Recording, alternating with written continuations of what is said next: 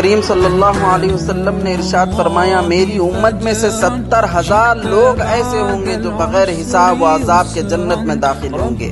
صحابہ کرام کو جب اس کی خبر ملی تو وہ حیرت اور خوشی میں ڈوب گئے۔ انہوں نے سوچا کہ یہ عظیم لوگ کون ہوں گے؟ کچھ نے کہا شاید وہ صحابہ ہوں گے، کچھ نے کہا وہ جو اسلام میں پیدا ہوئے اور کبھی شرک نہیں کیا۔ نبی کریم صلی اللہ علیہ وسلم باہر تشریف لائے اور خود وضاحت فرمائی، وہ لوگ نہ جھاڑ پھونک کرواتے ہیں، نہ داغ لگواتے ہیں، نہ بدشگنی لیتے ہیں اور اپنے رب ہی پر بھروسہ رکھتے ہیں۔